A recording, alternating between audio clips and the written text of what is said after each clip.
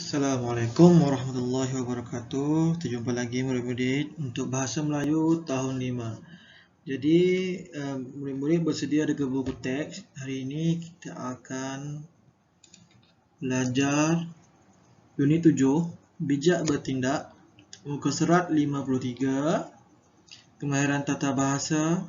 Tajuk dia adalah peka persekitaran. Jadi murid-murid boleh buka. Dan hari ini kita akan belajar mengenai kata adjektif. Ya, murid-murid masih ingat kita belajar kata adjektif hari itu kaitan dengan waktu, perasaan dengan seperti jarak ke apa? Jarak kan? Okey. Waktu, perasaan dengan jarak. Jadi hari ini kita akan belajar lagi bentuk, cara dengan panca indera. Jadi kita kenali dulu apa itu kata adjektif bentuk. Maksud dia adalah kata yang membawa makna rupa bentuk. Rupa bentuk yang ada di sekeliling kita. Contohnya bulat, buncit, lonjong, lurus, leper, bengkok, lekuk, bujur. Ini adalah bentuk segitiga berbentuk, piramid berbentuk, segala jenis bentuk dimasukkan dalam kata adjektif bentuk. Seterusnya kita tengok lagi kata adjektif cara. Apa itu kata adjektif cara? Kata adjektif cara ialah kata yang membawa makna keadaan, kelakuan atau ragam. Maknanya sesuatu keadaan, sifat, sikap, cara ataupun perangai macam tu. Contoh dia gopoh, lincah, laju, deras, cepat, lambat, jelas dengan perlahan. Okey, seterusnya kita pergi ke kata adjektif panca indera. Maksud dia adalah kata yang membawa makna konsep rasa, pandang, dengar, bau, sentuh dan gabungan panca indera. Jadi panca indera ini adalah deria. Kita ada deria rasa.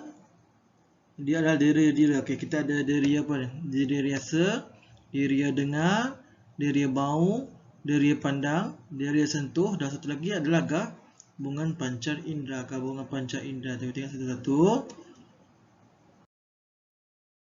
Okey, yang pertama deria rasa. Deria rasa ini menggunakan lidah.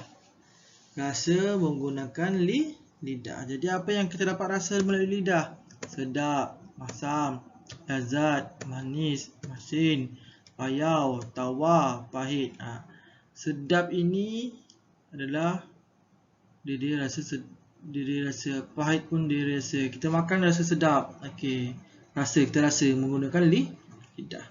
Seterusnya deria dengar. Dengar menggunakan telinga. Apa saja yang masuk ikut telinga kita dengar itu adalah deria telinga ataupun kata adjektif panca indera yang kita belajar tadi. Merdu, serak, sumbang, bising, nyaring, lunak, garau, mersik. Ini semua yang kita dengar, maka kita letakkan dalam kategori deria dengar untuk kata adjektif panca indera. Seterusnya kita ada deria bau. Bau yang pakai hidung. Apa yang saja kita boleh bau melalui hidung kita adalah deria bau. Kita boleh nyatakan apa yang kita bau melalui hidung kita. Bau harum, berbunga harum. Semerbak, bau wangi semerbak. Hancing, bau yang kencing biasanya hancing. Bau busuk, bau hanyir biasa ikan, bau hanyir. Tengik, ni bau tengik. Hapak dengan wangi. Ini adalah apa yang kita boleh bau melalui deria bau, iaitu menggunakan panca indera hidung. Seterusnya deria pandang. Okey, pandang menggunakan mata. Apa saja kita lihat, itu adalah panca indera deria pandang. Apa yang kita lihat? Cantik, bodoh, segak, buruk, tampan, kacak, comel, molek, kita pandang suatu rupa sifat dia, maka itu adalah deria pandang. Seterusnya kita pergi lagi kepada deria sentuh. Sentuh ini menggunakan tapak tangan ataupun tapak kaki. Tapak tangan dan tapak kaki ataupun apa-apa anggota badan yang menyentuh kepada sesuatu bahan ataupun sesuatu permukaan. Sentuh meja, sentuh buku, sentuh orang. Jadi itu adalah deria sentuh. Apa saja kita pakai. Tapi lazimnya kita akan pakai tangan ataupun kadang-kadang kaki. Jaranglah kita pakai siku. Tapi ada setengah-setengah orang mungkin dia sentuh pakai siku pun boleh. Yang mana selagi mana ada sentuhan. Jadi kita tengok. Okey, sentuh. Kita akan ada rasa halus, kesat, licin, keras, lembut, lembap, kasar. Okey. Ada 7. Itu contoh-contoh dia lah. Jadi kita pergi lagi kepada muka surat 53. Di muka surat 53, murid-murid buka di halaman 53 kita akan nampak rupa dia macam ni. Tata bahasa, peka persekitaran, kita ada teks, ada gambar. Jadi yang pertama kita akan baca teks terlebih dahulu. Okey. Kita baca teks sama-sama, murid-murid boleh ikut bacaan cikgu. Peka persekitaran. Okey, sebelum tu cikgu akan maklumkan ini adalah satu sejenis penulisan berkaitan dengan penulisan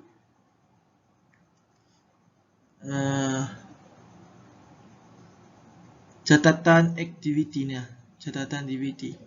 Sejenis penulisan berformat catatan aktiviti. Jadi ini adalah format dia. Mesti ada hari, tarikh dengan waktu. Waktu setiap peristiwa yang berlaku lah. Tidaklah semua kita tulis, tapi peristiwa-peristiwa yang penting dalam setiap jam yang berlaku. Kita boleh buat macam ni, dia buat 7 pagi, 8 pagi, 9 pagi. Ada kata kita dapat karangan yang memerlukan sampai 2 hari, 3 hari. Kita boleh menulis mungkin pagi, petang, malam ataupun hari saja. Hari Sabtu, Ahad, Isnin. Bergantung kepada isi-isi dengan tajuk yang bersesuaian lah. Cuma yang ini dia aktiviti sehari. Jadi kita baca ya sama-sama. Peka persekitaran.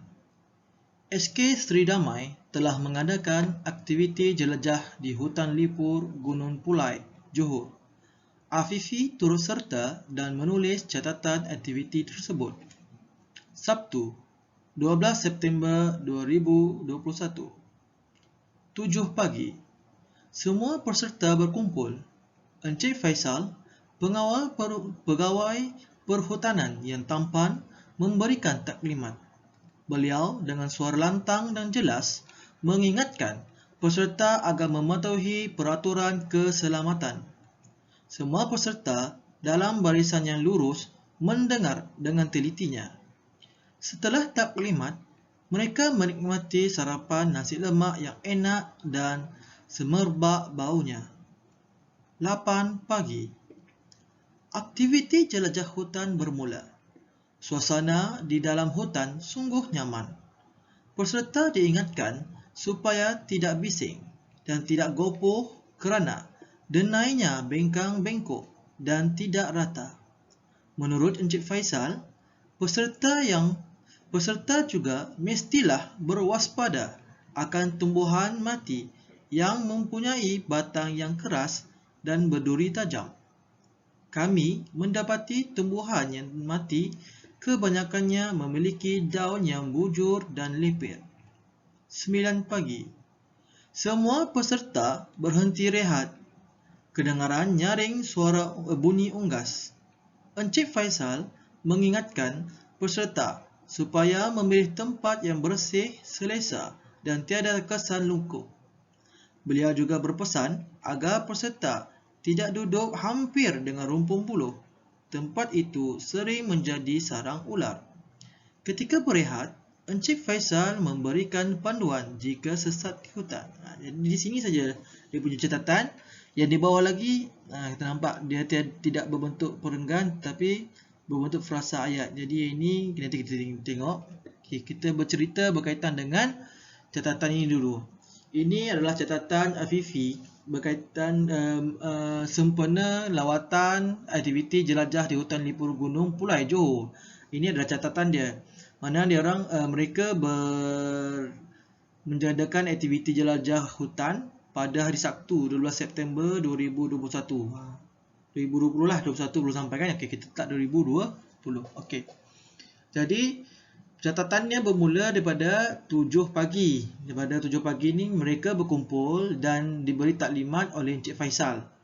Yang tampan, nampak tampan kita belajar tadi, tampan.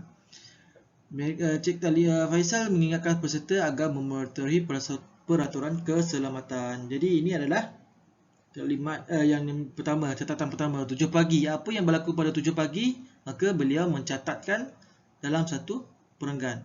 Mereka juga memakan sarapan yang enak dan semerbak, iaitu nasi lemak juga selepas taklimat. Ini waktu pagi, 7 pagi. Jadi dia menggunakan selang masa 1 jam. 8 pagi aktiviti jelajah hutan bermula. Jadi pada jam 8 pagi ini apa yang berlaku? Aktiviti jelajah hutan bermula. Jadi dia menceritakan macam mana perjalanan dalam jam 8 pagi. Peserta diingatkan supaya tidak bising dan tidak gopoh kerana denainya bengkak-bengkok. Cik Faisal juga menasihati peserta supaya berwaspada dan tubuhnya mati. Ini berlaku dalam sekitar jam 8 pagi. Dan Afifi dia menggunakan selang 1 jam. Jadi selepas jam 8 pagi dia menggunakan jam 9 pagi. Jadi aktiviti ataupun peristiwa yang berlaku dalam jam 9 pagi dinyatakan dari sini, iaitu mereka berehat dan Cik Faisal mengingatkan mereka untuk mencari tempat yang bersih dan selesa dan tiada kesan lekuk. Beliau juga berpesan agar peserta tidak duduk hampir dengan rupa buluh kerana tempat itu menjadi sarang ular. Okey. Cik Faisal juga memberikan panduan jika sesat di hutan. Okay. Jadi murid-murid, kalau anda kata nanti ada karangan meminta membuat satu catatan aktiviti, jadi inilah format dia. Mesti ada hari, masa bergantung kepada kita selang berapa minit ataupun selang berapa jam ataupun selang hari ataupun suasana waktu pagi, petang, malam, bergantung kepada arahan soalan. Jadi kita sudah baca ini, kita sudah faham. Dan yang terakhir, ayat terakhir di perenggan terakhir, ketika berehat Encik Faisal memberikan panduan jika sesat di hutan. Ini adalah tugasan kita. Kita nak tengok apa ni yang di bawah ni. Yang di sini panduan-panduan jika sesat di hutan. Yang pertama, ada gambar ni kan. Tidak bising, menarik perhatian binatang liar, pegang ranting keras. Nampak yang diwarnakan warna purple ni adalah kata adjektif. Nanti murid-murid kena pasti sendiri kata adjektif apa. Yang kedua, dia kata dengar secara jelas, ikut aliran sungai, berhati-hati dengan tanah yang tidak rata. Yang diwarnakan biru dengan hijau ni juga adalah kata adjektif. Nanti murid-murid kena pasti kata adjektif apa yang biru dan hijau. Yang ketiga, kesan lekuk tapak kaki manusia, ikut perlahan-lahan usah gopoh. Ini sama juga, lekuk, perlahan, gopoh pun dia kata adjektif. Jadi aktivitinya murid-murid perlu menyalin, perlu menyiapkan setiap gambar ini, perlu membina ayat berdasarkan frasa-frasa yang telah diberikan. Berdasarkan gambar. Ayat-ayat itu adalah berdasarkan gambar. Jadi murid-murid boleh membuat dalam buku aktiviti, buku latihan tata bahasa. Jadi hari ini cikgu akan bantu untuk memudahkan murid-murid menyiapkan latihan. Jadi kita tengok gambar yang pertama. Okey, gambar pertama cikgu dah bagi ayat, tinggal murid-murid lengkapkan dengan meletakkan kata adjektif yang sesuai. Yang pertama, peserta diarahkan agar kerana perbuatan ini akan menarik perhatian binatang liar. Peserta juga perlu memegang sebatang ranting yang sebagai senjata. Jadi murid-murid tengok di sini dan isi di ruang kosong. Seterusnya, Peserta hendaklah mendengar secara ruang kosong bunyi yang ada di dalam hutan. Peserta mestilah berhati-hati semasa mengikut aliran sungai kerana tanah yang tidak tempat kosong. Jadi ini cikgu sudah bantu murid-murid untuk membina ayat. Jadi murid-murid tinggal untuk menyatakan atau meletakkan kata adjektif yang sesuai yang bertepatan dengan ayat kita bina. Seterusnya, peserta hendaklah mengikut kesan, tempat kosong, tapak kaki manusia yang terdapat di dalam hutan. Peserta perlu mengikutnya tempat kosong dan usah tempat kosong. Jadi tugas murid-murid adalah menyalin ayat-ayat yang telah cikgu bina di dalam buku tata bahasa dan lengkapkan dengan menggunakan kata adjektif yang betul pada tempat kosong. Baiklah, itu adalah latihan yang pertama. Latihan yang kedua, masih lagi menggunakan buku latihan tata bahasa. Salin soalan yang cikgu beri.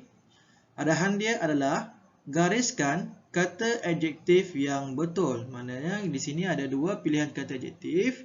Gariskan yang betul mengikut konteks ayat. Yang pertama, duit shilling negara kita berbentuk bulat atau bujur. Jadi kalau murid-murid memilih jawapan, contoh bujur, garis bujur. Kalau bulat, garis bulat.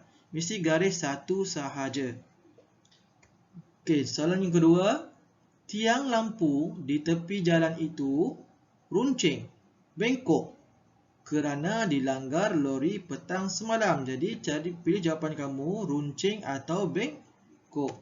Yang ketiga, pengemis itu makan nasi dengan gelojoh pantas kerana terlalu lapar. Jadi pilih gelojoh atau pantas. Yang keempat, ubi kayu yang empuk itu payau atau enak dimakan. Yang terakhir, setelah penat bersorak, suara budak itu menjadi serak atau garau. Okey, jadi murid-murid boleh menyalin semua ini selepas siap yang tadi, salin yang ini dan gariskan jawapan yang betul. Kepada yang telah siap, nanti boleh ambil gambar dan WhatsAppkan kepada cikgu secara peribadi. Selamat menjawab soalan. InsyaAllah kita jumpa lagi di kelas akan datang. Assalamualaikum warahmatullahi wabarakatuh.